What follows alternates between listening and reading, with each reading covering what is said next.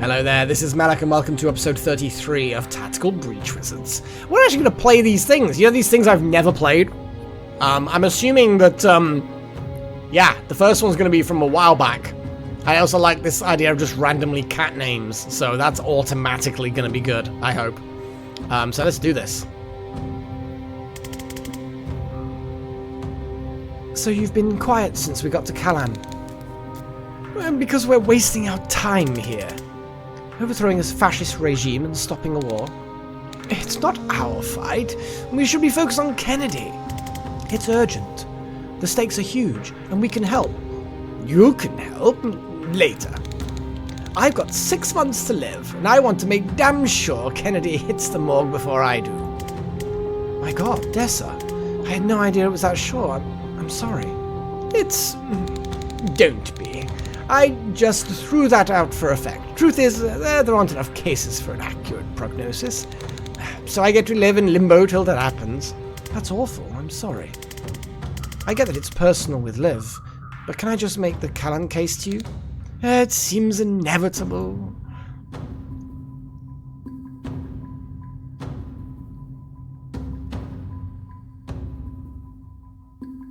We have no leads anyway. Why not help out until we do? Because it's a huge risk.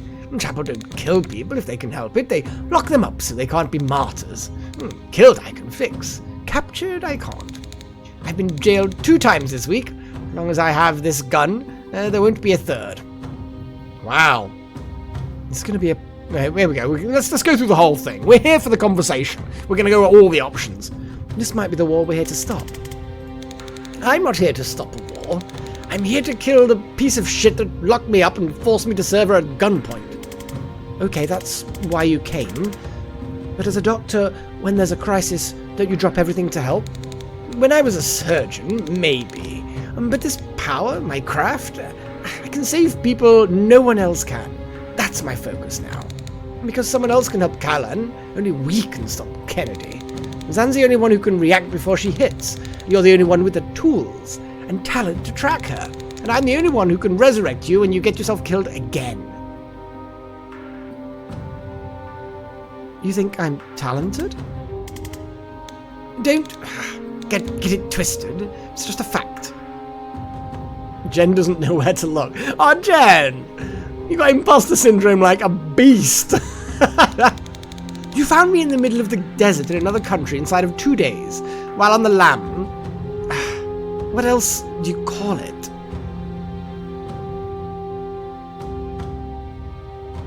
I actually found you on the same night, but we had to wait for a ferry. You took the ferry to break me out? We didn't have a chopper. You couldn't spring for a flight? We're on the lam. Ugh, I should have stuck with the mafia. What if only we can help Callan? We're scalpels, not hammers. I'm new at this, but it seems like fighting a regime with 1,000 times your manpower is very much a scalpel problem. When you've got a medical degree, you can tell me what's a scalpel problem. It's not a degree-level analogy, Dessa.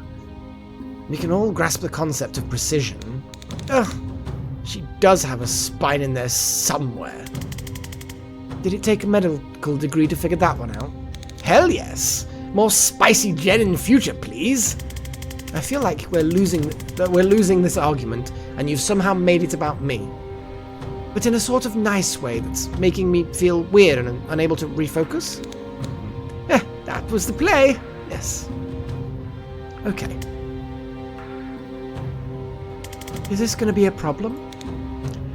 One more. You've got me for one more chapel up. And then I'm back on Kennedy, with or without you. I'd prefer with. Awesome. It's a kitty! And this is the ferry, the aforementioned... No, it can't be the aforementioned ferry, unless these are the wrong order. I don't know. It's a thing. But look at the kitty. I like the kitty. Oh, lifted a paw. It was gonna bat at the, whatever the hell it was gonna bat at. I'm sorry, I'm staring at this kitty for a while. I also do appreciate the LGBTQ plus flag as well. That's like all of the LGBTQ plus as well. That's like the mega. That's like the It's probably not even its final form, but it's kind of getting close to the final form, because there's no more fucking colours and shapes you can squeeze on it. Oh boy. So, I'm just thinking how... Like, I suppose it's always just going to be whatever we're currently wearing, not necessarily... I just can't stop watching that cat. I like cats. I'm sorry. What's your cat's name? Daryl. You named your cat Daryl? My mum did. She isn't really a cat person. Well, he's a treasure. What does he do? You mean magic? Nothing. He's surprisingly chill about being on a ship. Yeah, we think he was a ship. Hang on, let's read them. I think this might be choices, not options, that I get to repick.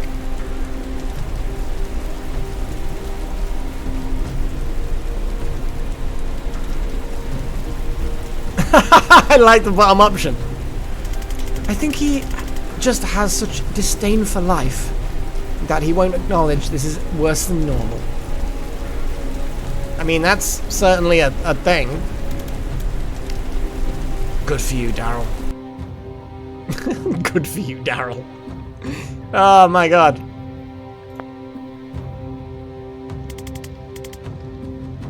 So you're still a believer after all this?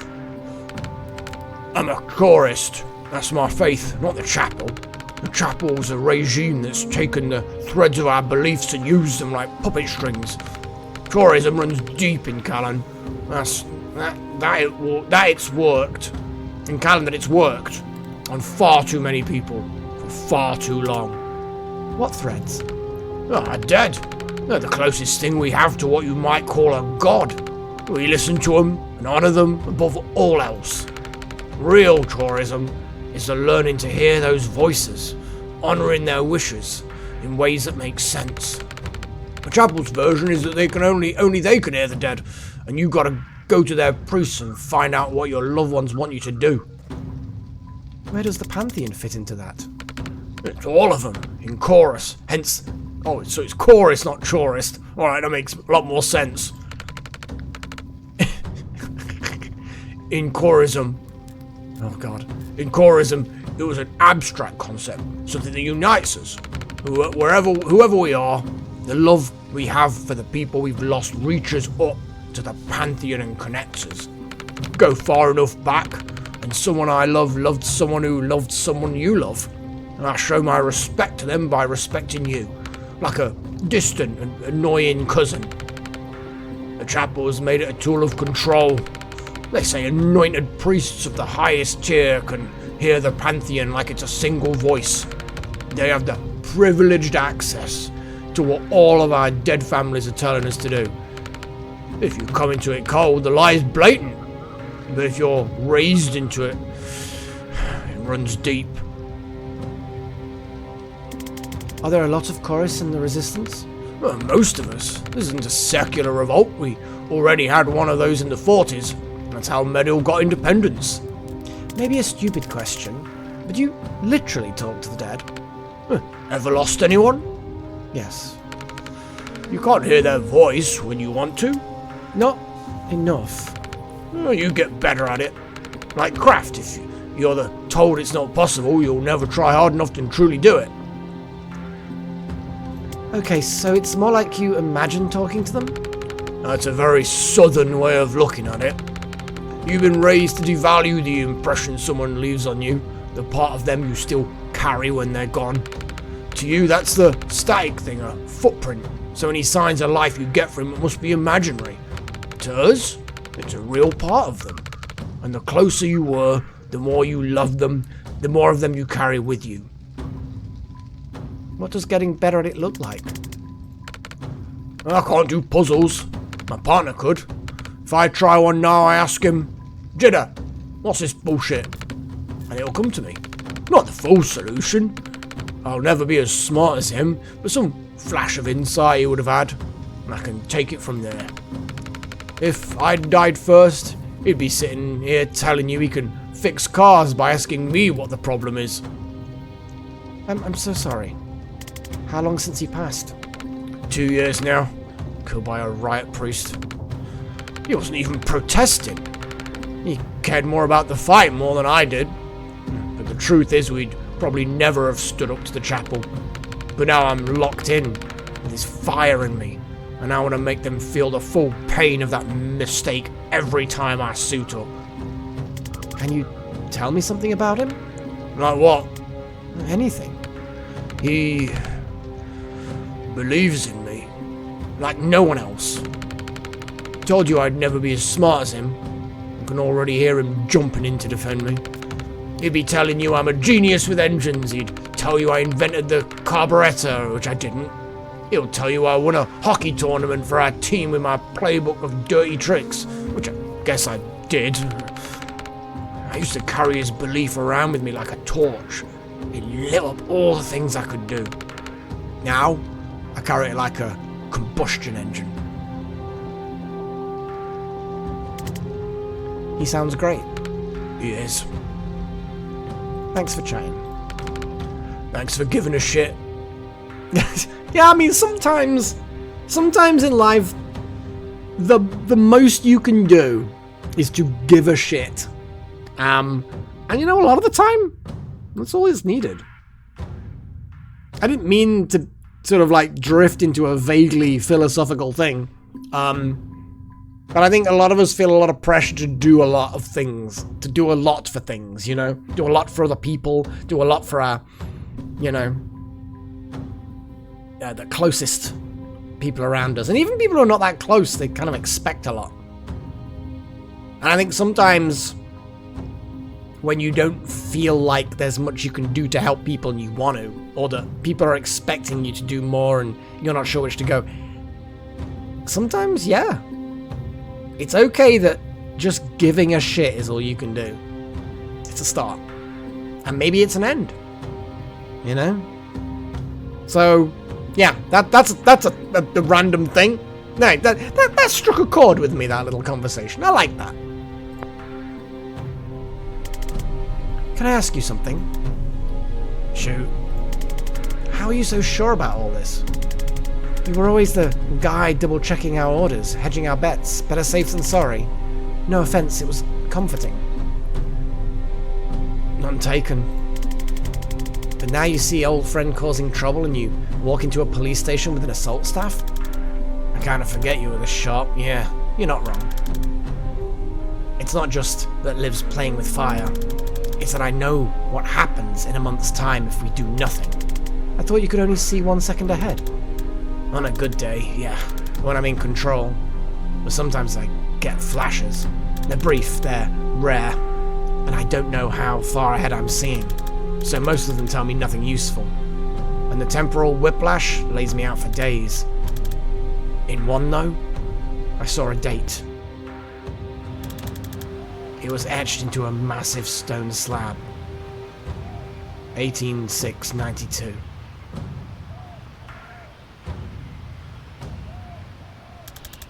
Above a list of hundreds of names. Thousands. I can't tell where I am or when I am.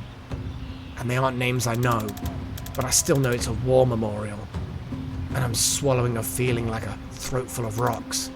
I did nothing. When did you have the flash? 3 months ago. Right after Liv Kennedy came back on the map. Oof. Woof! Woof, as Ryan would say. It's a heavy burden. Jeez. Your accent. North Shore, right? What culture? I guess you say I'm Shorefin. They gave me a place. But it's not your lineage? Shorefin don't care about that shit. It's Heartland. All those fancy fuckers. So your folks? I never knew them. I was left on the beach like litter, till some old git took me in. No love lost? Plenty from me. Loved him like a dad, even when he did kick the shit out of me. A scumbag. He was. Well, the old Rian didn't know words like that. What did you do? I kept trying to make him like me. Didn't get it. At least till he broke my leg. Something else snapped then. Still couldn't turn on him. Just looked up at the old bastard, wishing I could. Wishing I had a scrap of his cruelty. That's how I unlocked. You turned into a dog to be cruel? I'm missing something. Yeah, keep at it. You'll get there. Dogs can be vicious, sure, but not out of cruelty. Cruelty is more human. Oh, wait. Did it click? Maybe. Spell it out for me anyway. You're bang on. Dogs aren't cruel. Humans are. That's why I turned into one. So they all get you were his. I say it's not a slur. Dog. Bingo. You don't get to pick your human any more than your folks. Loyalty ties you to him tighter than blood. And if you get tied to the wrong fucker, gotta break free any way you can.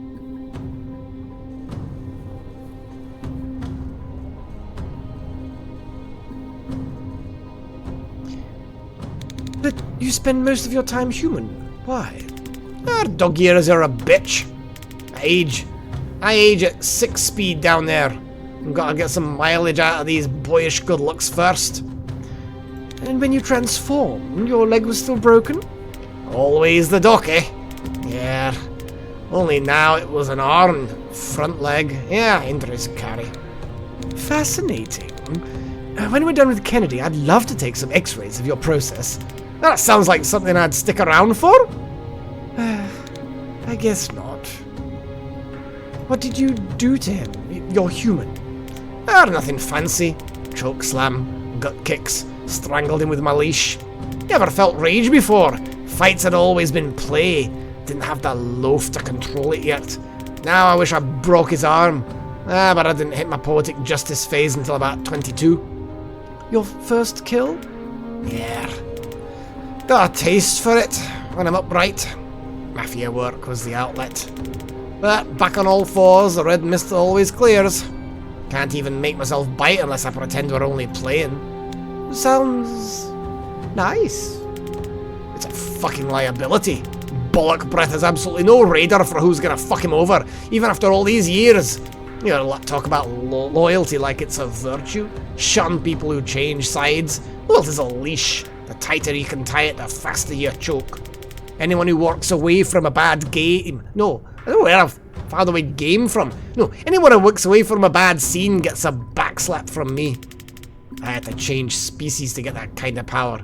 You fuckers all get it for free. How bizarre. I love the fact that he started out as a dog. That's crazy. That's kind of crazy. And now can become a human. At least, that's what I'm understanding? Kinda cool, actually. Kinda cool. So, no one deserves loyalty? Sticking with good people doesn't take loyalty, it's just a smart play. Loyalty is what ties you to the bad ones. Wow, what a cynical outlook. I mean, don't get me wrong, I think there's some benefit in that outlook, but it's still a bit of a harsh outlook, you know? So, what's your read on this crew? Amateurs, bleeding hearts, tactical shambles. They're on the right side of this. And there's some raw talent in the brew.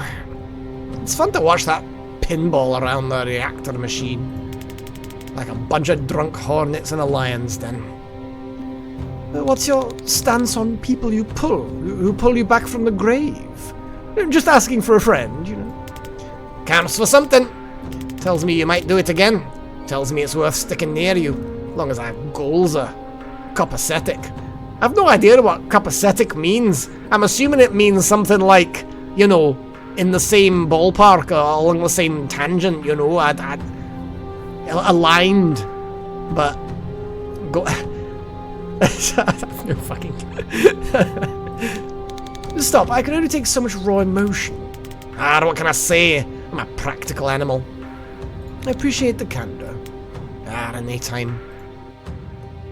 Oh, why didn't I do this earlier? They were actually quite fun. That was pretty good. Do we get some more perks? Do we get perks? I want perks. Anyone got perks? No one's got perks. Outfits, though. We did unlock a few things. Oh, what we got? So we got Blood on the Ice, which I like that as an outfit. Whiz-Tac is like, Toxic is colourful. I kind of want it. I kind of want it. Because then that can be like colourful there. Colourful. Kind of colourful, but not really colourful. Like, you've got no absurd colourful items, dude. I guess Hedge Wizard is what I'm going to stick with. I do like the White Witch. We're going to stick to Wiztac for now. And eventually, we're going to get to White Witch. One more confidence. Ooh! Ooh! So, I think we're going to unlock Toxic. Oh, the Overgrown's kind of cool. But I like Toxic. That's gotta be his look from now on. Like, I like Blood on the Ice. It's a good look. But that's hippie crazy shit. And that's what I'm all there for that. I'm all there for that. Yeah. So yeah, we're getting there. We're slowly getting there. I'm gonna call it this session. I know it's a bit of a shorter session, but you got a big one last week. So, you know, all of these things gotta balance out. It's kind of been just like a backstory episode. Well, tough shit, I suppose. There's other things to watch on my channel. And a billion other things on the internet to watch. So if I bored you, you can go and things. But no, the fact that he's, as far as I can tell, he was born a dog. That's actually really cool. I like that. I do like that. I'm gonna Google this to make sure that I'm not being stupid, because I might be being stupid. I love it. I love it. Anyway, until next time. Look at the umbrella. Oh my god, it's an umbrella now. Sorry, I didn't click that it's an umbrella, not a walking stick now. With a gun in it. That's a hell of a compensator. Look at that beast! Anyway, so until next time, cheerio.